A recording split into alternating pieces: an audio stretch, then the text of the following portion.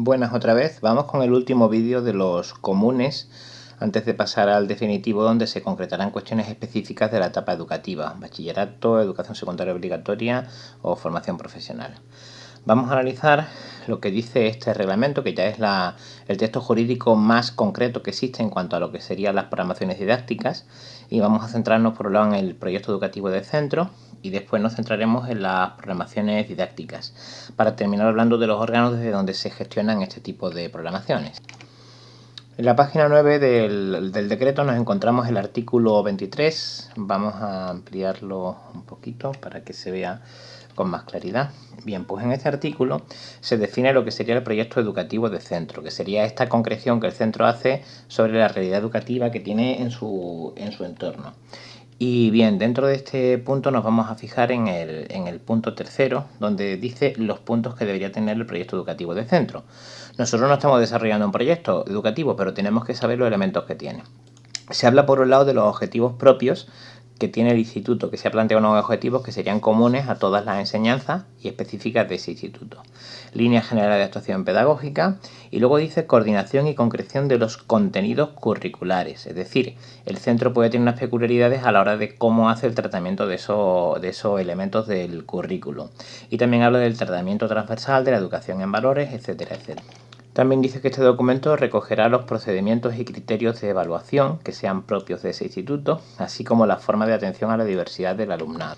Sin duda alguna, el que más nos interesa por ahora es el punto Q, ya que dice que el centro ha establecido unos criterios generales para la elaboración de las programaciones didácticas. Y nosotros, cuando contextualicemos ese hipotético centro, deberíamos tener en cuenta qué dice ese proyecto educativo sobre los criterios generales. Es decir, las programaciones didácticas, aparte de cumplir con la normativa específica de cada una de las etapas educativas, debería hacer referencia a los elementos que el centro establece como comunes a él. Y por último, los planes estratégicos en los que se desarrolla el instituto. Esto nos va a afectar solamente si en nuestra programación vamos a hacer referencia a ello. Es decir, estamos hablando del plan de igualdad de oportunidades entre hombre y mujer en educación, puede tener un proyecto escuela de espacio de paz, etcétera, etcétera. Y eso ya decidiremos si los tenemos o no. De este artículo me he saltado algunas partes que no son comunes a todas las enseñanzas, ¿no? Competencias clave, etcétera, etcétera. Después ya en el último vídeo, cuando exponga cada una de las especialidades, de las etapas educativas, ya sí me centraré en esos aspectos que no son. Bien, y ya en la página 11 nos encontramos con lo que sería la joya de la corona, el artículo 29, en el que se habla específicamente de las programaciones didácticas. Según dice esta norma, que es la más próxima a nosotros, la más concreta, dice que las programaciones son instrumentos específicos de planificación, desarrollo y evaluación de cada materia o módulo. Es decir, es donde se planifica, se desarrolla y se evalúa. Dice que se tendrá que atener a los criterios generales recogidos en el proyecto educativo y tendrán en cuenta las necesidades y características del alumnado. Es decir, se supone que esto es un traje que hacemos a medida en función del alumnado que nosotros tenemos, y debería ser capaz de atender a la diversidad que nos encontremos en nuestro alumnado. Son elaboradas por los departamentos, es decir, tiene sentido que a ti se te exija ser capaz de elaborar una programación didáctica, puesto que tú vas a formar parte de un departamento. Y el departamento es el órgano responsable de la calidad, digamos, epistemológica de lo que se está estudiando en cada materia. Es decir, el departamento responde de que lo que se esté impartiendo en relación con su materia sea de la calidad adecuada y, bueno, sea en consecuencia con la realidad que tiene el alumnado. Corresponde al claustro de profesores la aprobación, pero bueno, en su caso nos quedamos con el tema de que es el departamento el que la desarrolla. Bien, y ya nos centramos dentro de este punto 2, ¿qué partes debe tener una programación didáctica? Si utilizas todos estos apartados vas a cumplir de sobra con los que pide la orden de oposiciones y además pues con lo que dice la normativa vigente. Dice que son los objetivos, contenidos y su distribución temporal, es decir, la temporalización de esos contenidos, criterios de evaluación. Y, en fin, vuelve a hacer mucho hincapié en que nos adaptemos a las características del centro y de su entorno. Me iré saltando los puntos que no son comunes a todos los ámbitos.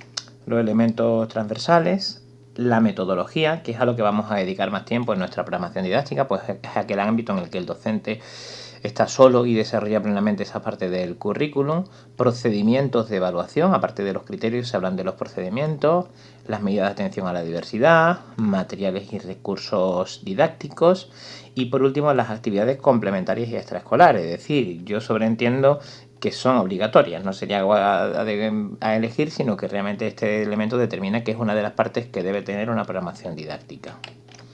Bien, este es otro tema muy interesante, sobre todo en lo que sería educación secundaria obligatoria y bachillerato, el tema de los trabajos transversales monográficos que impliquen a varios departamentos. Y el punto 7 puede sonar un poco a perogrullada, pero es que claro, lo que hace el profesor en el aula se hace en el desarrollo de esas programaciones didácticas. Ya por último, entre las páginas 25 y 26 encontramos el artículo 92, que es el que habla de los departamentos de coordinación didáctica.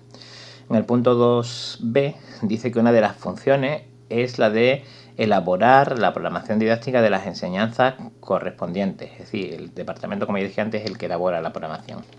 También el departamento es el que va a realizar el seguimiento del cumplimiento, por eso la evaluación de las programaciones no debe limitarse a la evaluación del alumnado, sino a la evaluación de la propia programación didáctica. El punto G nos habla de atención a la diversidad. Dentro de esta diversidad estarían incluidas las necesidades específicas de apoyo educativo. El departamento también es responsable, por tanto, de que esto se cumpla. Y finalizando este vídeo, recapitulamos. El decreto 327/2010 sería el texto jurídico más concreto en el que se determinan las características de lo que sería una programación didáctica. Y concretamente en el artículo 29 es donde se establecen todos los apartados que debería tener esta programación. Con tener claro esto ya puedes hacer una programación sin que te quede ningún hueco, digamos, pudiéndola blindar legalmente, puesto que todos los apartados que dice este decreto son los que son de obligado cumplimiento en cualquier tipo de programación didáctica. Espero que te haya servido de atención y te espero en el siguiente vídeo ya específico de la etapa educativa para la que tú estás haciendo tu programación.